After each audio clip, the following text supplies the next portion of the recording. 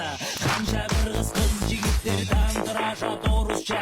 20 жылда эмне бердиң мамлекет балдарга? Билим сатып бизнес кылдың, билими талада.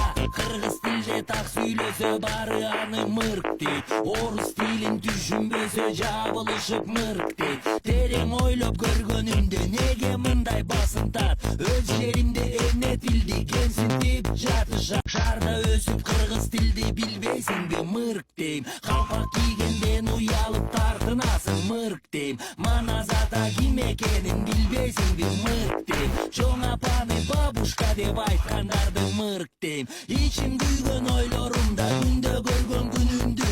Көкүрөктө кызыл жүрөк тилиме кылат үстөмдүк. Мен кайдыгер бола албай жамыгансып чүмбөткө. Элим кайда баратканы кантип сыят жүрөккө.